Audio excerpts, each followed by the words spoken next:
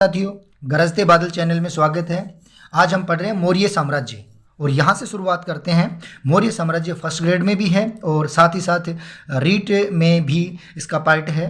तो इसके अलावा और भी बहुत सारी कम्पिटेटिव एग्जाम्स में आता है और महत्वपूर्ण प्रश्नों का संग्रह यहाँ किया गया है। तो आइए शुरुआत करते हैं मौर्य साम्राज्य से। 321 ईसा पूर्व से 298 ईसा पूर्व तक मौर्य साम्राज्य रहा है। मौर्य साम्राज्य में सर्वप्रथम सबसे पहले चंद्रगुप्त मौर्य का साम्राज्य आता है और मौर्य साम्राज्य के ये संस्थापक माने जाते हैं। माने मौर्य साम्राज्य के संस्थापक कौन है? चंद्रगुप्त मौर्य। इनका जन्म कब हुआ? तो 345 ईसा पूर्व इनका जन्म होता है। ईसा पूर्व का अर्थ तो साथियों आप सभी जानते होंगे, ईसा मसीह के जन्म से पूर्व का समय ईसा पूर्व और उनके बाद का समय आगे आता ही है। तो जहाँ वो आएगा वहाँ हम बता देंगे। चलिए आगे देखते हैं कि नंदवंश के अंतिम शासक घनानंद को हराने में चाणक्य ने चंद्रगुप्त मौर्य की मदद की थी और इसी मदद के कारण घनानंद को चंद्रगुप्त मौर्य हरा दिया और उसके बाद में मौर्य साम्राज्य की नींव स्थापित करते हैं। चाणक्य को चंद्रगुप्त मौर्य ने अपना प्रधानमंत्री बनाया, अपने साम्राज्य में प्रधानमंत्री पद उनको दिया। चंद्रगुप्त मौर्य के शासनकाल में चाणक्य को महत्वपूर्ण स्थान प्राप्त था क्योंकि इनके साम्राज्य स्थापना में चाणक्य का ही महत्वपूर्ण योगदान रहा है। चाणक्य को कई सारे उपनामों से भी जाना जाता है। तो कौन कौन से उपनाम हैं चाणक्य के? चाणक्य कहा जाता है उनको, साथ ही साथ उनको कौटिल्य भी कहा जाता है, विष्णुगुप्त भी कहा जाता है और साथ ही महत्वपूर्ण प्रश्न और आता है, भारत का मैकियावेली भी इन्हीं को कहा जाता है। इन्होंने एक पुस्तक लिखी थी जिसका नाम था अर्थशास्त्र। ये इनके द्वारा लिखी हुई पुस्तक है। अब इसमें किस विषय पर चर्चा की गई थी? राजनीति विषय पर इसमें चर्चा की गई थी। चंद्रगुप्त मगध के सिंहासन पर 326 ईसा पूर्व में बैठा तथा 305 ईसा पूर्व में सेल्यूकस निकेटर को भी उन्होंने हराया। अब 326 में ईसा पूर्व में गद्दी पर बैठे और 305 ईस्वी में सेल्यूकस निकेटर है, इनको वो हरा देते हैं। सेल्यूकस निकेटर ने अपनी पुत्री कार्नेलिया का विवाह चंद्रगुप्त मौर्य के साथ कर दिया था। हारने के बाद में सेल्यूकस निकेटर ने अपनी पुत्री कार्नेलिया का विवाह किन के साथ किया? चंद्रगुप्त मौर्य के साथ। कार्नेलिया का दूसरा नाम और भी है, इनका दूसरा नाम हेलेना भी है और ये हेलेना और चंद्रगुप्त मौर्य का जो विवाह है ये प्रथम अंतर्राष्ट्रीय विवाह के रूप में भी देखा जा सकता है। अगली बात है, चंद्रगुप्त मौर्य के साथ इन्होंने विवाह कर दिया और चंद्रगुप्त मौर्य ने सेल्यूकस निकेटर को हराया। सेल्यूकस निकेटर की पुत्री कार्नेलिया, उनका नाम हेलेना, और ये जो विवाह हुआ ये पहला अंतर्राष्ट्रीय विवाह माना जाता है। अब इसका जब विवाह किया तो कुछ शर्तें तय हुई थी। उन शर्तों के अनुसार 4 प्रांत, जिनमें से काबुल, गांधार, हेरात और मकरान, ये चंद्रगुप्त को इनके विवाह के समय दिए जाते हैं। मैगस्थनीज सेल्यूकस निकेटर का राजदूत था। अब ये मैगस्थनीज है, ये सेल्यूकस निकेटर का राजदूत था, लेकिन ये चंद्रगुप्त के दरबार में रहता था। अगला महत्वपूर्ण प्रश्न है, ये आए दिन प्रतियोगी परीक्षाओं में पूछा जाता है। मैगस्थनीज के द्वारा लिखित पुस्तक का क्या नाम है? तो इस पुस्तक का नाम है इंडिका। ये विशेष ध्यान रखने की बात है। यहाँ चंद्रगुप्त मौर्य ने जैन धर्म की दीक्षा किनसे ली? तो इनके गुरु थे, जैन धर्म के जो गुरु थे, इनको दीक्षा देने वाले थे, वो थे भद्रबाहु। इनसे उन्होंने जैन धर्म की दीक्षा ली। चंद्रगुप्त मौर्य ने अपना अंतिम समय कहाँ बिताया? ये बहुत बार प्रतियोगी परीक्षाओं में पूछा गया है। तो ये श्रवणबेल बेला में इन्होंने अपना अंतिम समय बिताया। और ये है कहाँ श्रवणबेल बेला? तो ये कर्नाटक में है। तो कर्नाटक में अपना अंतिम समय उन्होंने बताया तथा 298 ईस्वी में उपवास के दौरान इनकी मृत्यु हो जाती है। ईस्वी नहीं है, ईसा पूर्व है, तो इसको थोड़ा सा देख लेंगे। और आप सब जानते हैं जैन धर्म में अंतिम समय में अपना अन्न जल वगैरह त्याग देते हैं, ये एक उपवास है, और इसी के दौरान इनकी फिर मृत्यु हो जाती है। आगे चर्चा करते हैं इनके पुत्र बिंदुसार के बारे में। तो बिंदुसार 298 ईसा पूर्व से 273 ईसा पूर्व तक का इनका समय रहता है।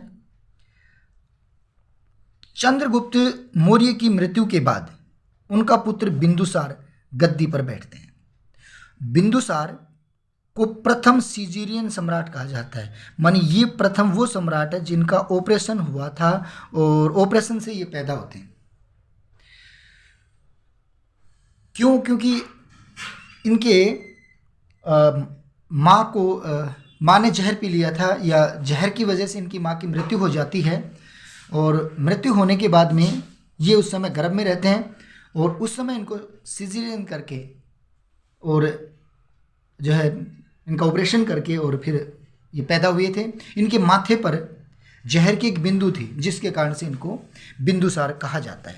बिंदुसार के अलग अलग नाम हैं। भारतीय नामों की अगर चर्चा की जाए तो नंदसार, भद्रसार, वारीसार, ये बिंदुसार के नाम हैं, ये भारतीय नाम, नंदसार, भद्रसार और वारीसार। अगर बात करें यूनानी नामों की, तो यूनानी नामों में कौन से हैं? अमित्रोकेडिस, एलिट्रोचेटस, अमित्रोचेटस, ये यूनानी इनके नाम हैं। अमित्रघात भी इनको कहा जाता है, ये इनकी उपाधि थी। अमित्रघात का मतलब क्या होता है? शत्रुओं का नाश करने वाला, शत्रुओं को नष्ट करने वाला। वायु पुराण में इनको भद्रसार कहा गया है। जैन धर्म ग्रंथों में सिंहसेन कहा गया। ये सारे ही महत्वपूर्ण बातें हैं, इनमें से ही परीक्षा में पूछी जाती हैं। वही प्रश्न यहाँ लिए गए हैं जो प्रतियोगी परीक्षाओं में पूछे गए हैं। बिंदुसार कोई सामान्य शासक नहीं था, कमजोर और दुर्बल शासक भी वो नहीं था। चीनी ग्रंथों में बिंदुसार का नाम बिंदुवल आता है। ये प्रश्न फिर से वेरी इंपॉर्टेंट है। चीनी ग्रंथों में इनका क्या नाम आता है? तो बिंदुवल। महावंश के अनुसार इनके 100 पुत्र थे और सबसे बड़ा पुत्र था, उसका नाम था सुमन। तो 100 पुत्रों में सबसे बड़े पुत्र का नाम था सुमन। डाइमेकस और डायोनिकसस, ये दो विदेशी राजदूत थे जो बिंदुसार के समय में यहां आए थे। बिंदुसार आजीवक संप्रदाय के अनुयायी थे। ये विशेष ध्यान रखना है, ये वेरी वेरी वेरी इंपॉर्टेंट प्रश्न है, तो ध्यान रखें इसका कि कौन से संप्रदाय के थे। तो आजीविक संप्रदाय के थे। अब बात करते हैं बिंदुसार के पुत्र हैं अशोक। तो अशोक का समय क्या है? 273 ईसा पूर्व से 232 ईसा पूर्व तक का समय सम्राट अशोक महान का समय माना जाता है। एक जनश्रुति के अनुसार अशोक अपने 99 भाइयों का वध करके सिंहासन पर बैठे थे, सिंहासन प्राप्त किया था। माने सिंहासन प्राप्त करने में बड़ी कठिनाई आई थी। वास्तव में इस बात को छोड़ करके देखा जाए इनकी कार्यशैली को, इनके शासन तंत्र को, तो अशोक ने जो कार्य किए जिसके कारण से उनको अशोक महान के नाम से जाना जाता है, अशोक महान कहा जाता है। अशोक का 239 ईसा पूर्व में अशोक का विधिवत राज्याभिषेक हुआ था। अशोक के द्वारा इस समय उस समय जो थे अशोक, ये उज्जैन जिनका अवनति नाम है, वहाँ के राज्यपाल पद पर ये कार्यरत थे और यहाँ से फिर इनको राज सिंहासन प्राप्त हुआ था। इनका राज्याभिषेक किया गया था। अशोक के नाम, अशोक के कौन कौन से नाम थे? अशोक किन किन नामों से जाने जाते थे? दिव्यावदान एवं जूनागढ़ प्रशस्ति में अशोक मौर्य कहा गया।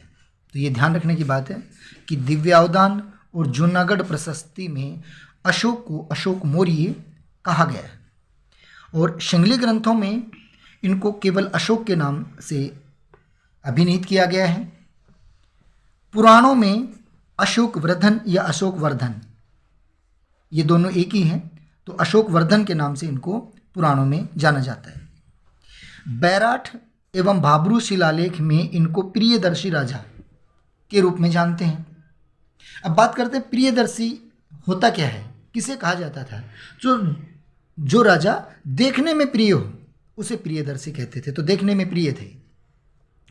देवनाम प्रिय, ये देवताओं में भी प्रिय थे, इसलिए इनको देवनाम प्रिय कहा जाता है। एक सबसे बड़ी बात है, अशोक अपने राज्याभिषेक मानी 269 ईसा पूर्व में जब इनका राज्याभिषेक हुआ था, उसके 8वें वर्ष 261 ईसा पूर्व में कलिंग पर आक्रमण किया था। और आप सब जानते हैं इसी के बाद में अशोक में पूरा का पूरा परिवर्तन आ जाता। कलिंग युद्ध के बाद में उन्होंने अहिंसा को अपना लिया था। उपगुप्त नामक बौद्ध भिक्षु ने अशोक को बौद्ध धर्म की दीक्षा दी। तो ये भी एक महत्वपूर्ण बात है, ये वेरी वेरी वेरी इंपॉर्टेंट है, ध्यान रखना कि इसमें अशोक को बौद्ध धर्म की शिक्षा किसने दी थी, तो ये दी थी उपगुप्त ने। अत्यधिक नरसंहार जो कलिंग में हुआ, और रात्रि पहर में जब उपगुप्त के साथ अशोक वहाँ जाते हैं रणभूमि में, तो वहाँ जो भयानक दृश्य देखते हैं, उसके बाद में अशोक का मन द्रवित हो जाता है और बदल जाता है। उसके बाद में हिंसा त्याग देते हैं। अशोक ने आजीविकों के रहने के लिए बारबर की पहाड़ियों में 4 गुफाओं का निर्माण करवाया था। और इन 4 गुफाओं के नाम क्या हैं, ये कई बार पूछ लेते हैं। एक बार इस चीज़ को एक बार देखेंगे। ये बारबर की पहाड़ियां हैं जो बिहार में हैं, ये ध्यान रखने की बात है। कई बार ये भी पूछ लेते हैं कि बारबर की पहाड़ियां कहाँ हैं, तो ये बिहार में हैं। और ये जो बौद्ध धर्म के आजीविक हैं, उनके रहने के लिए उन पहाड़ियों में 4 गुफाओं का निर्माण करवाया था। एक गुफा का नाम है कर्ण, दूसरी का सुदामा, तीसरी का चौपार, और चौथी है वो विश्व की झोंपड़ी। इस प्रकार से हम कह सकते हैं कि महात्माओं के लिए, बौद्ध धर्म के प्रचारकों के लिए जो गुफाएं बनाई, वो 4 गुफाएं बनाई थी। अशोक ने बौद्ध धर्म के प्रचार हेतु अपने पुत्र महेंद्र और पुत्री सिंघमित्रा को श्रीलंका में बौद्ध धर्म के प्रचार के लिए भेजा। और भारत में शिलालेखों का जो प्रचलन है वो किसने शुरू किया, तो ये भी अशोक ने ही शुरू किया था। शिलालेखों का प्रचलन अशोक के समय ही शुरू होता है। तो शिलालेखों की जो लिपि कैसी थी उनके बारे में भी अब चर्चा करेंगे, लेकिन इससे पहले शिलालेख के जो पत्थरों पर लिखे जाने वाले लेख हैं उनको शिलालेख कहा जाता है। तो ये अशोक के समय शुरू हुए थे। आइए चर्चा करते हैं इनके शिलालेखों की लिपि के बारे में। तो ब्राह्मी लिपि में, खरोष्टी लिपि में, ग्रीक तथा अमराइक लिपि, इन लिपियों में अशोक के शिलालेख हमें मिलते हैं। अब बात ये आती है कि ब्राह्मी लिपि में जो शिलालेख हैं वो कहाँ हैं, तो सारे लगभग भारत भूमि पर मिलेंगे। खरोष्टी लिपि है, इसके मिलेंगे पाकिस्तान में भी उत्तरी पाकिस्तान में। इसके बाद में अगर बात की जाए ग्रीक और अमराइक लिपि के बारे में, तो ग्रीक और अमराइक ये इस लिपि में अफगानिस्तान में इनके शिलालेख मिलेंगे। तो ये भी एक महत्वपूर्ण बातें हैं, तो इनको भी एक बार विशेष रूप से आप जरूर देख लेंगे। अशोक के शिलालेखों की खोज 1750 ईस्वी में टिफेंथिलर ने की थी। ये भी याद रखने की बात है, ये आती है परीक्षा में। अशोक के शिलालेखों को पढ़ने में सबसे पहले जो सफलता प्राप्त की थी वो 1837 ईस्वी में जेम्स प्रिसेप ने की थी। सबसे पहले अशोक के शिलालेखों को किसने पढ़ा, जेम्स प्रिसेप ने। कब पढ़ा, 1837 ईस्वी में। और अंतिम प्रश्न की तरफ चलते हैं। अशोक के जो शिलालेख हैं उनको, अशोक के लेखों को कितने भागों में बांटा जाता है, तो एक शिलालेख हैं, दूसरे स्तंभ लेख हैं और तीसरे गुहा लेख हैं। शिलालेख पत्थरों पर लिखे जाने वाले लेख, स्तंभ लेख स्तंभ खंभों पर लिखे जाने वाले लेख, गुहा लेख गुफाओं पर के बाहर उत्कीर्ण किए गए लेखों को गुहा लेख कहा जाता है। साथियों, ये छोटा सा वीडियो आपको मौर्य साम्राज्य से जुड़े हुए अशोक, बिंदुसार और चंद्रगुप्त मौर्य संस्थापक, इनके लिए डाला है। अगला वीडियो लेकर के जल्दी आप लोगों के बीच में उपस्थित होंगे। उम्मीद करता हूँ आपको ये छोटा सा वीडियो पसंद आएगा। बहुत बहुत धन्यवाद। चैनल पर जुड़े रहें। Thank you.